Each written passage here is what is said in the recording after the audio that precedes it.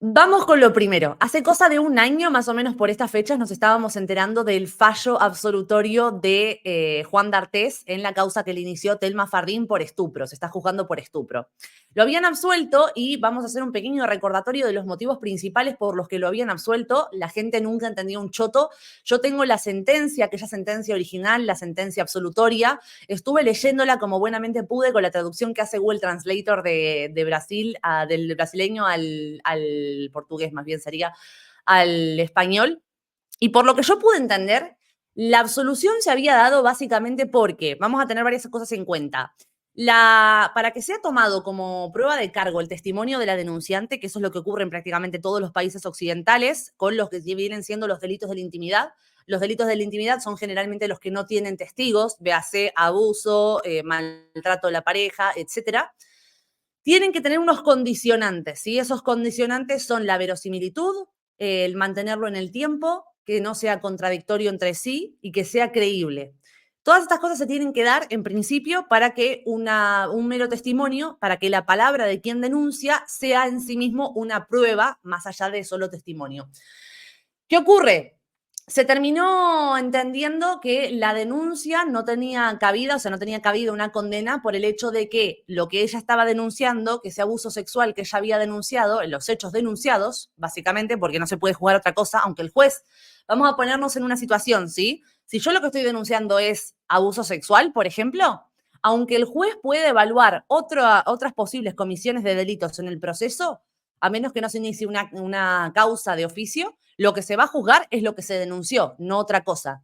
En base a lo que se había denunciado, se había interpretado que el testimonio de Telma no había cumplido con estos requisitos. Porque, por ejemplo, si bien a las amigas, las que aparecieron en la causa para testificar en favor de Telma les había contado el presunto abuso o, para ser más rigurosos, más exactos, no les había contado del abuso en sí mismo, sino que les había contado de una interacción de índole sexoafectiva con Juan D'Artés, que más allá de lo asqueroso o moralmente incorrecto que nos pueda parecer, cierto es que ya estaba Telma dentro de la edad de consentimiento sexual, por lo cual si fuera una relación consentida tampoco es juzgable, pero a otras personas que testificaron en la causa, como por ejemplo su psicóloga, se lo contó mucho tiempo después y de una manera diferente a como se lo había contado a sus amigas. Por lo cual, eso hace que el testimonio de Telma no sea verosímil, no contradictorio y sostenido en el tiempo. Creo que se entiende. Por esto es que no se tomó el testimonio de Telma como prueba de cargo y D'Artés fue finalmente absuelto. Ayer nos enteramos de un nuevo fallo, un fallo condenatorio a 6 años de prisión con salidas transitorias. ¿Esto qué quiere decir? Que finalmente si Juan D'Artés entrara en prisión, tendría un régimen de prisión donde está durante, o sea, donde su estadía es en la prisión, pero tiene permiso para salir durante el día a trabajar para luego regresar a la prisión a vivir ahí. Este es un sistema que en Argentina no tenemos, pero que en Brasil y en España sí existe, y no sé si existe en otras partes del mundo, pero estoy segura de que sí. Pero vendría a ser básicamente eso. ¿Qué pasa? No se ejecuta ahora. No se ejecuta ahora porque la condena no es en firme.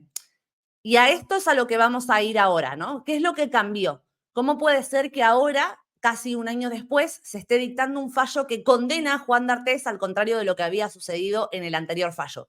¿Apareció evidencia nueva en la causa? ¿Se presentaron evidencias nuevas? ¿Se presentó algún informe, algún peritaje, algún testimonio revelador nuevo, algún testigo clave que no hubiera aparecido en lo anterior?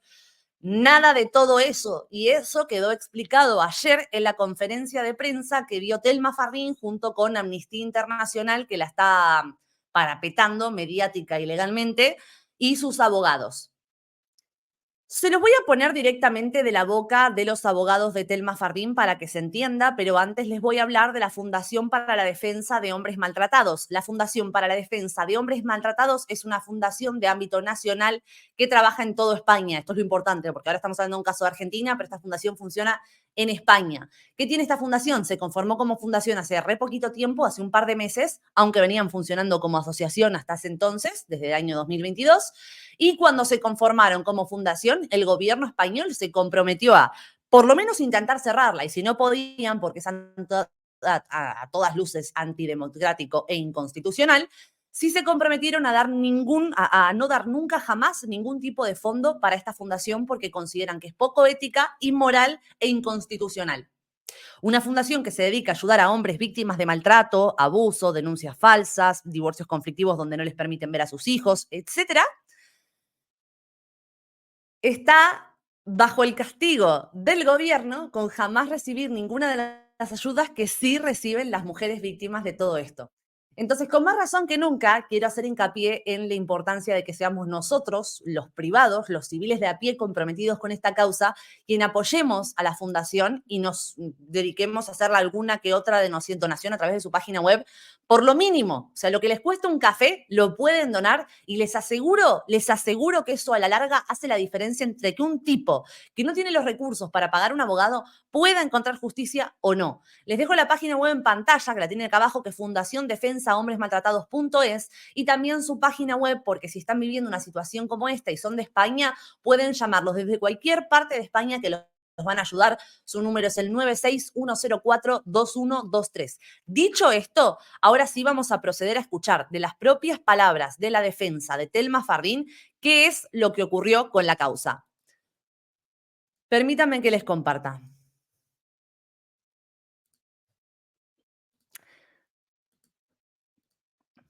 Yo asistí a esta rueda de prensa a través de YouTube porque soy un medio no autorizado y en mi condición de medio no autorizado obviamente pude escuchar pero no hacer preguntas y me llamó la atención más allá de lo que yo me esperaba que iba a ocurrir, que es lo que ocurre siempre, donde los representantes de Amnistía Internacional, la propia Telma Fardín y la propia defensa de Telma Fardín van a decir lo que todos ya sabemos, la versión que ya venimos conociendo.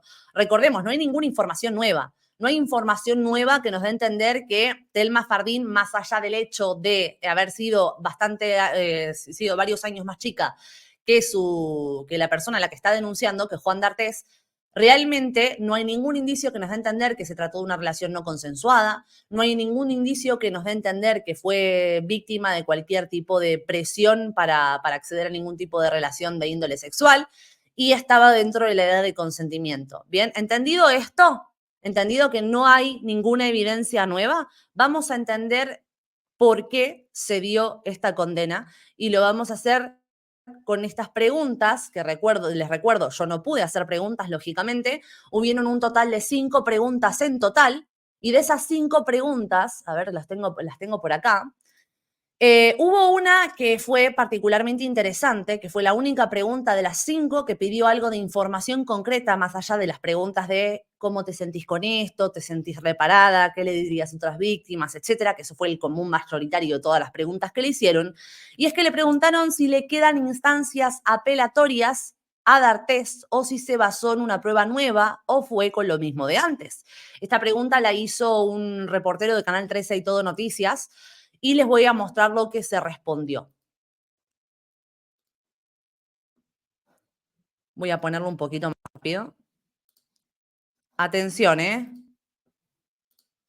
Respecto a la pregunta de si la prisión es efectiva y si hay alguna instancia de recurso, la respuesta es sí, la prisión es efectiva, pero se va a efectivizar una vez que quede firme la sentencia. Por el momento, hasta que no quede firme, no se va a ejecutar esa sentencia. Y en segundo lugar, sí existe una instancia recursiva, obviamente a medida que se va avanzando recursiva, los motivos que se pueden invocar cada vez son menores, digamos, y no quiero dejar de señalar, más allá de que no voy a dar detalles sobre los votos en particular, fue una sentencia muy contundente y muy robusta en términos de conclusiones, análisis probatorio y aplicación del derecho internacional y del derecho de Brasil. Pero la respuesta es sí, que existe siempre para el condenado una instancia recursiva. No hubo nueva prueba.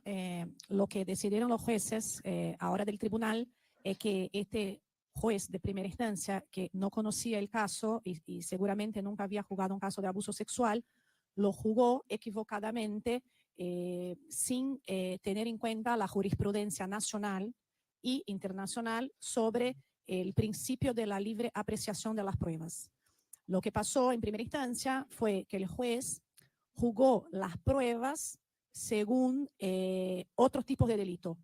Claramente era un juez de justicia federal que no conocía casos de abuso y juzgó las pruebas de un caso de abuso según los estándares probatorios de otros tipos de crímenes, como corrupción, white collar crimes, que se juega en el Tribunal Federal de San Pablo.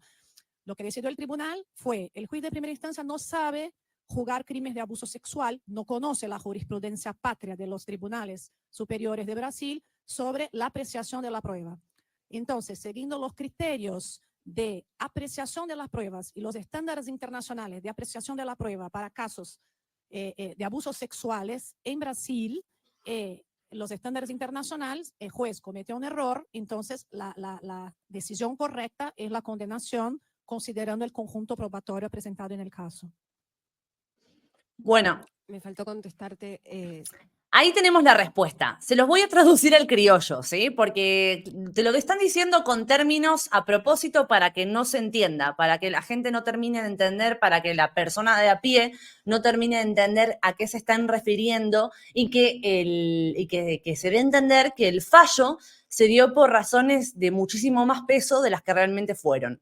Para empezar, la pregunta que responde su abogado en Argentina, que es el señor, ya les digo, Martín Arias Duval, ¿sí? Está hablando, de lo que está hablando este abogado es respecto a las instancias de apelación que aún quedan. Le están preguntando si la sentencia es firme y él responde que no. Le preguntan si quedan instancias de apelación y él responde que sí. Bueno, continuamos con esta línea porque esto es significativo. Existen varias instancias en un juicio, ¿sí? La condena la absolución que conocimos de D'Artés hace casi un año fue en primera instancia. La defensa de Telma Fardín apeló esa sentencia y se llegó a segunda instancia. En segunda instancia sucedió esto, se revocó el fallo de la primera. Quedan 3 instancias más. Aún quedan 3 instancias de apelación, siendo la última el Tribunal Supremo de Justicia de Brasil. Evidentemente esto va a seguir. Generalmente, no sé si en Brasil será igual, pero acá en Argentina se dan 15 días para presentar la apelación. Estoy convencida de que la defensa de Juan D'Artés va a apelar, porque si no es hacer la sentencia firme y hacer que su defendido, en este caso Juan D'Artés, llegue a tener una condena a prisión. Entonces, evidentemente, se va a apelar.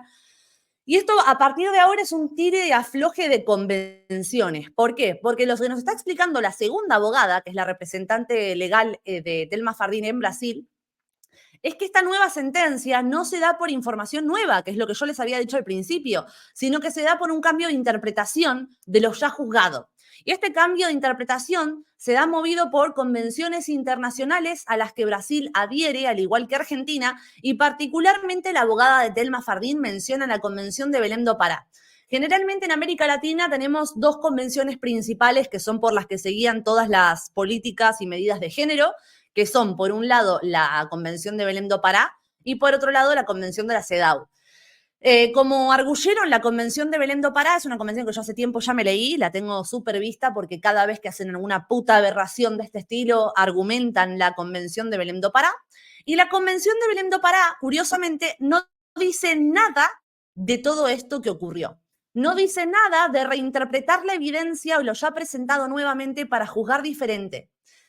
Lo que sí dice la Convención de Belém do Pará, procedo a compartirlo también acá, que la Convención de Belém do Pará en realidad tiene un nombre más largo, es el nombre que recibe es el nombre coloquial, en realidad es la Convención Interamericana para Prevenir, Sancionar y Erradicar la Violencia contra la Mujer, a.k.a. Convención de Belém do Pará, y a la parte de la que nos tenemos que ir es a esta.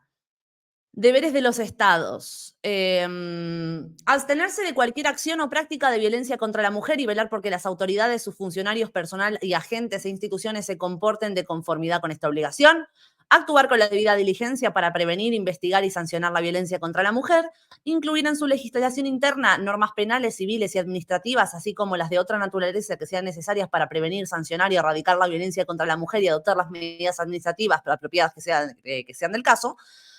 Adoptar medidas jurídicas para conminar al agresor a abstenerse de hostigar, intimidar, amenazar, dañar o poner en peligro la vida de la mujer de cualquier forma que atente contra su integridad o perjudique su propiedad.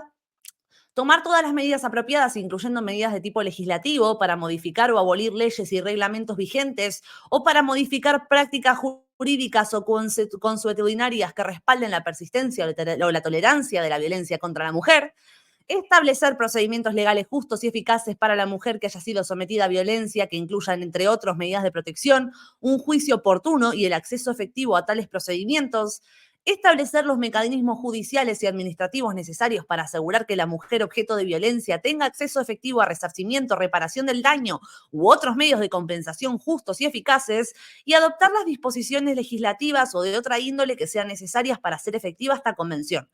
¿Por qué sé que se refiere a esto? Porque esta es la única parte de la convención que habla precisamente y específicamente de las medidas legales o judiciales que se deben tomar en pos de cumplir con esta convención. Todo el resto, por ejemplo, todo lo de antes son lo de los derechos a los que tienen acceso las mujeres, como el derecho a que su vida, el derecho a que se respete su integridad física, psíquica, moral, etc. Y el siguiente apartado ya tiene que ver con mecanismos de protección y mecanismos de prevención. Te habla de que tienen que existir disposiciones, educación, etcétera, programas de educación para prevenir esta violencia, por lo cual a lo que necesariamente hace referencia la abogada de Telma Fardín respecto a la Convención de Belém do Pará es a este sector, a todo lo que esté incluido en el artículo 7. ¿Bien?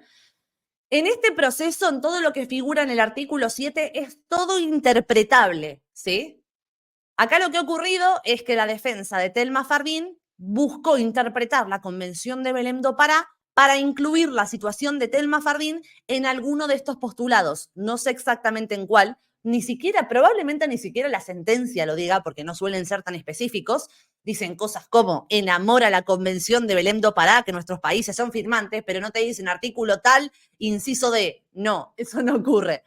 Entonces, lo que vamos a entender, porque nos obligan a suponer, porque no tenemos información veraz, porque a nadie le importa la información puto veraz, es que, por ejemplo, hablan de incluir en la legislación interna normas penales, civiles y administrativas y de otra naturaleza que sean necesarias para prevenir, sancionar y erradicar la violencia contra la mujer, o tomar las medidas apropiadas, incluyendo medidas de tipo legislativo, para modificar o abolir leyes y reglamentos vigentes o para modificar prácticas jurídicas o consuetudinarias que respalden la persistencia o la tolerancia de violencia contra la mujer. Para mí, se están refiriendo a esto. De todas maneras, pueden buscar la convención por su parte, leérsela entera y tratar de ver si hay algo en la causa de Telma Fardín que pudiera llegar a encajar lejanamente dentro de nada de todo esto. Les aseguro que si tienen un poco de sentido común y criterio, no lo van a encontrar porque sencillamente no existe. La Convención de Belém do Pará, así como la de la CEDAW, es el comodín, es el as bajo la manga de cualquier situación judicial peliaguda, donde lo único que queda por hacer para sostener una denuncia es agarrarse más fuerte que una vieja en una moto a una convención internacional, interamericana en este caso, para interpretar la situación de la forma más favorable para la denunciante, en este caso para Telma. Por eso ahora lo que se viene a continuación es un tira y afloja de convenciones, de tirarnos convenciones a la cara. Porque así como por ejemplo existe la Convención Interamericana para la Protección y Erradicación de la Violencia contra la Mujer, alias Convención de Belém do Pará, también existe, por ejemplo, la Convención Universal de Derechos Humanos. Uno de ellos, por ejemplo, está recogido dentro de los derechos humanos de los que somos firmantes, el derecho a la presunción de inocencia, el derecho a un juicio justo, el derecho de que sea la persona quien denuncia, quien demuestre el delito y no a la inversa, no que sea el acusado quien tenga que demostrar su inocencia, básicamente partiendo de la ley física más compartida en casi cualquier ámbito, que es que no se puede demostrar la inexistencia. Entonces, lo máximo que puedes hacer es demostrar la existencia de otro evento en el mismo tiempo, en la misma brecha de tiempo donde te acusan. Por ejemplo, vos no podés demostrar, a cualquiera de ustedes les digo, ustedes no pueden demostrar que no me violaron ayer. Lo que pueden demostrar es lo que estaban haciendo ustedes ayer si yo te estoy acusando de que me violaste ayer. Por ejemplo, la existencia de otro hecho podría llegar a demostrar la inexistencia de este, pero no se demuestra la inexistencia de este en sí mismo. Por eso es que la carga probatoria siempre la tiene el acusado, o sea, siempre la tiene quien acusa, siempre lo tiene el denunciante. Ahora, Lo que yo creo que va a ocurrir es que la defensa de Juan D'Artés va a apelar a este fallo y va a decir, che, no, miren, acá no se presentó ninguna evidencia nueva, no se presentó ningún testimonio nuevo, no se presentó absolutamente nada nuevo que pueda respaldar la denuncia de la denunciante, vale la redundancia, por lo cual entendemos que si sobre convenciones esto se trata, siempre tiene que ir la más amplia y la más fundamental de ellas por encima. Es decir, la Convención de Derechos Humanos siempre va a estar por encima de la Convención de Belén do Pará. Si la Convención de Belén do Pará, o su interpretación, más bien, obliga a cagarnos en uno de los artículos principales de la Convención de Derechos Humanos, entonces, en ese caso, la Convención de Derechos Humanos siempre tiene que ir por encima de la Convención de Belén do Pará. Creo que se entiende, ¿verdad? Bueno, de eso se va a tratar todo lo que queda de juicio acá a futuros. Y para mí, 2 años más mínimo vamos a estar con esto, porque quedan 3 instancias de apelación y te aseguro que las van a agotar todas. Dicho esto, nos vamos a otra de las cosas que se mencionó en la conferencia, que es lo que dijo la abogada Carla Junqueira. La abogada de Brasil es Carla Junqueira. Bueno, y habla, por ejemplo, de que lo que cambió en la causa es la materialidad y autoría del crimen por parte de 3 países distintos, que 3 países distintos reconocen la materialidad y autoría del crimen. Primero el país en el que tuvo lugar el hecho, que era Nicaragua, si no mal recuerdo, Brasil y Argentina, todos los países que se involucran en esto. La materialidad de autoría del crimen es reconocida precisamente por lo que hablábamos antes, porque se cambió la interpretación de lo que se había presentado y se dio por válido el testimonio de Telma Fardín como prueba de cargo. Y habla de algo que me parece muy interesante, que es con respecto al conjunto del material probatorio, ¿no? Y habla sobre que los precedentes internacionales respecto a la valoración de la prueba en casos de abuso, que son casos de delitos de la intimidad, como yo les contaba anteriormente, tienen como punto central el testimonio del denunciante precisamente por ser delitos de la intimidad, y que cualquier otro proceder, ojo a esto, porque esto lo dijo en la rueda de prensa, es contrario a las convenciones internacionales de las cuales estos países son firmantes. Yo te entiendo que en general los casos que son delitos de la intimidad, abuso, violencia, etcétera, generalmente no hay testigos y por lo cual tiene esa consideración el testimonio mucho más importante de lo que sería en otros delitos. Ahora bien, justamente en este caso, precisamente en este caso, había un testigo que además salió a la luz de boca de Telma Fardín. Nadie sabía nada de este testigo hasta que fue la propia Telma Fardín en su denuncia quien lo menciona, que era un trabajador del hotel que aparentemente había tocado la puerta en ese momento y fue el momento donde ella pudo aprovechar para salir. Cuando fue la primera rueda de prensa, cuando Telma Fardín hizo su denuncia públicamente junto con el colectivo de actrices argentinas y grabó ese famoso videíto, uno de los periodistas le preguntó, ¿se acuerdan de eso? Uno de los periodistas le preguntó por el supuesto testigo que ella misma había mencionado y lo mandaron a la concha de la lora por preguntar por ese testigo. Se consideró que su pregunta era una barbaridad, que cómo se te ocurre preguntar por un testigo que mencionó a la propia denunciante. Bien, de ese testigo no se supo nunca más nada. No declaró en la causa, nadie sabe quién es, nadie nada. Y es un testigo que dijo la propia Telma que estaba ahí.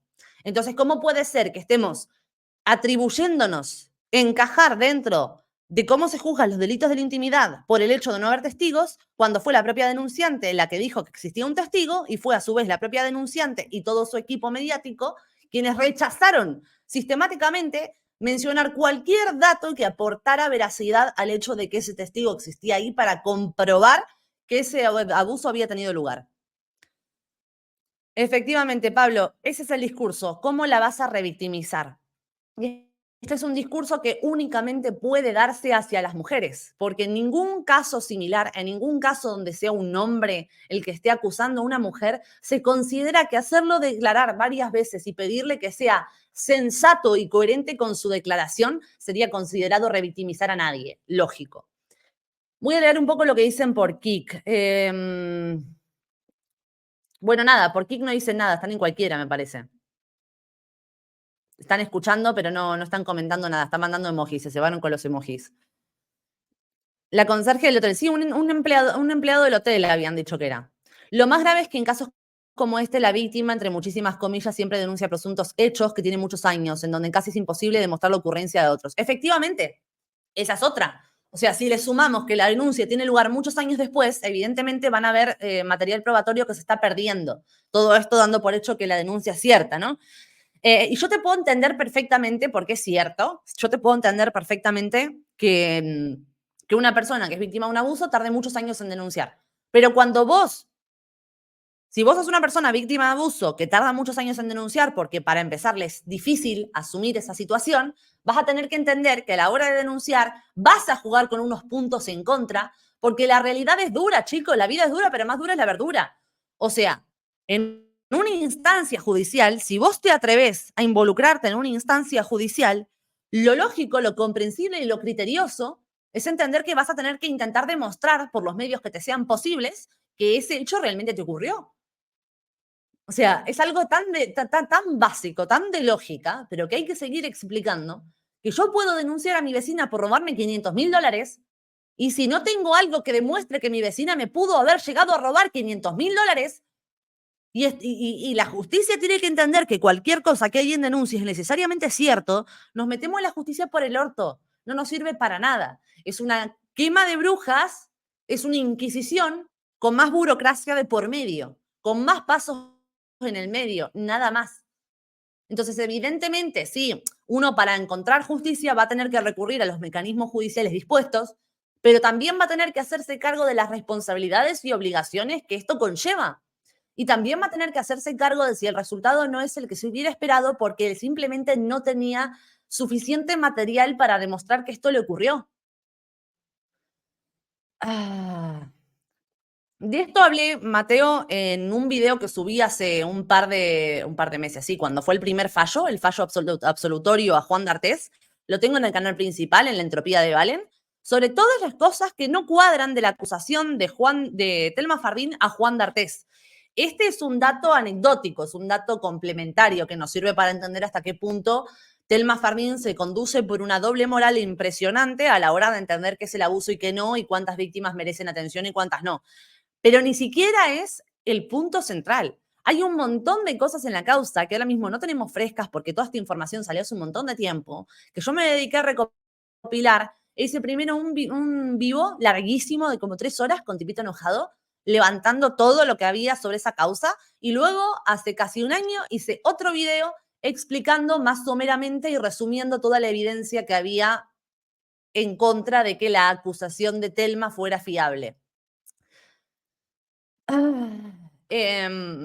Una inquisición con perspectiva de género, dice Luello en Kik. Así es, efectivamente, eso es lo que estamos viendo. Claro, lo que declaró la psicóloga que Telma a ella jamás le dijo sobre la violación. Por ejemplo, eso es lo que mencionábamos al principio. Telma le contó presuntamente a sus amigas con las que compartía trabajo en la serie de Patito Feo que había tenido algo con Juan D'Artés y no sé cuántos, y sin embargo la psicóloga que le trató durante un montón de años por otro montón de temas, no le dijo lo del abuso hasta un par de meses antes de denunciar, lo cual es llamativo cuanto menos. Una amiga, luego dice en Kik, una amiga me ha contado que en una oficina de teleoperadores de personas discapacitadas hay muchas denuncias falsas confesas, ni se esconden. Wow, wow. Eternal Docta dice, recién llegó, ¿qué pasó? Pasó de todo. Estamos hablando del cambio en el fallo de Juan D'Artés. Bueno, gente, creo que esto es un buen resumen de todo lo que ha ocurrido. Realmente podría poner más imágenes de la conferencia de prensa, pero les digo, es papel mojado, no sirve para nada. Absolutamente. Toda la información que recopilé que pudiera ser información importante es lo que les acabo de contar. Después, por ejemplo, de parte de la declaración de Telma hay agradecimientos por plata, agradecimiento a organizaciones, agradecimiento a equipo de profesionales, agradecimiento a actrices argentinas. Al fin la justicia me cree y al creerme a mí le cree a muchas otras. Qué sé yo. Dice que siente alivio y que nunca quiso buscar venganza o represalia, sino ir y rescatar a esa niña de 16 años que fue y darle algo de reparación y sanación, así como poder mirar a los ojos a las hijas de sus amigas y decirles que hizo todo lo posible para que este mundo sea un poco más justo, para que se animen a hablar y para que no sufran más violencia. Después, por ejemplo, hay una pregunta ultra buenista que le dice que hace unos meses hablamos, se ve que es un medio que ya la había entrevistado. No dijo el medio, la persona que hizo esa entrevista, o sea, que hizo esa pregunta no dijo a qué medio pertenece. así que ni siquiera se los puedo decir. Pero bueno, habla de que la pregunta iba relacionada a si sentía que se había dado una reparación en la instancia judicial, porque en la entrevista que le había hecho hace unos meses hablaban de que se tenía que confirmar con la reparación social y que la gente supiera que es una pobre víctima. Y bueno, respondió que cree que la sociedad siempre va por delante de lo que las instituciones van pudiendo absorber, que fue un fallo con perspectiva de derechos humanos, que no tenemos que ser las personas las que levantemos y persigamos, dijo, persigamos, Telma Fardín, a la justicia, para que la justicia hiciera su trabajo y que es más fácil pasar página porque hubo una reparación y que antes se conformaba con la reparación social de lo que la gente hizo con su historia. Y después le preguntan de Prensa Obrera que qué le diría a otras víctimas y ella dice que su absolución anterior servía para adoctrinar a las víctimas y proteger a los poderosos, pero que la unión colectiva siempre va, a ser lo único que pelee contra cualquier intento de retroceso y que hay que tejer redes constantemente y que por eso es tan importante lo que construyamos en el entramado social. Ahí te lo dejo. Interpretalo como vos quieras, metételo en el culo, no sé. Rarísimo, ahora se hablan de los pañuelos descoloridos a joder a los hombres. No, esto yo sí creo que hay mucho de lo que dijo Telma, pero totalmente a la inversa. Creo que este fallo es un fallo adoctrinador para con todos los hombres que tienen una relevancia pública y que han sido acusados en los últimos años, para que estén cagados en las patas, para que no se atrevan a defenderse, para que le tengan miedo a la justicia, para que piensen que cualquier instancia donde busquen defenderse, lo único que van a conseguir es que el monstruo crezca más y más y más y más y más, y ya no sea un famoso contra una famosa, sino que sea un famoso contra puto Amnistía Internacional y todas las organizaciones a nivel internacional que van a apoyar a la persona que te denunció, da igual lo que haya denunciado, da igual el sustento que tenga. Y que más te vale acordar con la denunciante por adentro y pagarle un poquito y para adelante y ya está. Eso es lo que te están diciendo. Ese es el mensaje que le están trasladando a todos los hombres que actualmente están siendo acusados dentro de la escena pública. Eso es a lo que están queriendo someter a los acusados del caso de Vélez, es a lo que están queriendo someter a Gianola, es a lo que están queriendo someter a otro montón que ahora no me voy a poner a mencionar porque sería una lista infinita. Es lo mismo que ocurrió con el ex marido de Vicky Zipolitakis, es lo mismo que ocurrió con el padre de Ana Chiara del Boca. Es un caso repetido una y otra vez hasta el hartazgo, al punto tal de que Telma únicamente se convierte en la imagen visible de ese monstruo que quiere devorarse los derechos humanos de todo el resto de la población a fin de conseguir unos beneficios concretos para otros. Lo cual me lleva al siguiente punto, y es que Telma Fardín también habló de otro detalle poco relevante, o sea, para que lo tengan en cuenta. Yo ya me olvidé que estaba hablando, estaba diciendo eso de Telma Fardín. ¿Alguien me puede recalcular lo último que dije, por favor? Les juro que me tomé la pastilla del déficit de atención, pero bueno, quizás necesito una dosis más alta. Mientras voy a ir leyendo en el chat. ¿Cuándo van a sacar amnistía para las maltratadoras? Nunca. Amnistía siempre se va a dedicar a lo que le interese. Qué guapa la justicia del Reino de Castilla. Estamos hablando de eso, ¿no? No. No estábamos hablando de eso, Luyo. El caso de Coscu, ¿cómo entraría en eso? La verdad es que no conozco en profundidad el caso de Coscu. Si me quieren mandar info, yo la miro. Justo antes de eso, justo antes de eso.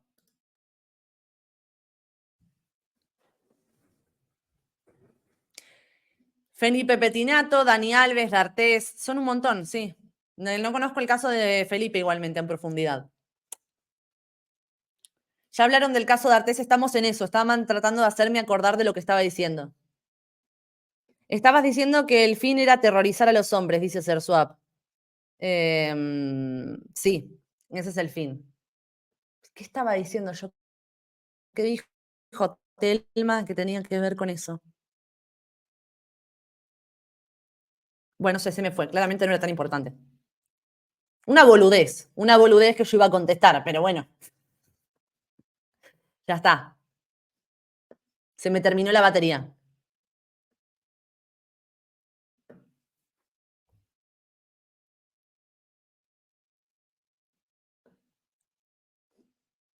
Hablabas de todo lo que le espera a los hombres a raíz de lo de Telma. Sí, eso creo que quedó ya de manifiesto, pero iba a decir algo respecto a eso y se me olvidó. No, yo necesitaría encontrar como la última frase que dije que es con la que conecté, que la idea me hizo acordar, pero bueno, ahora ya se me fue.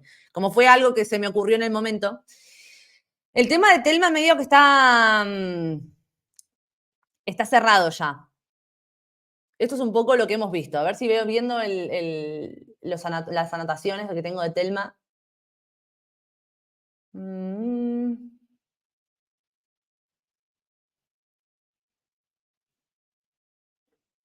No, olvídate. Igual no era tan importante, claramente.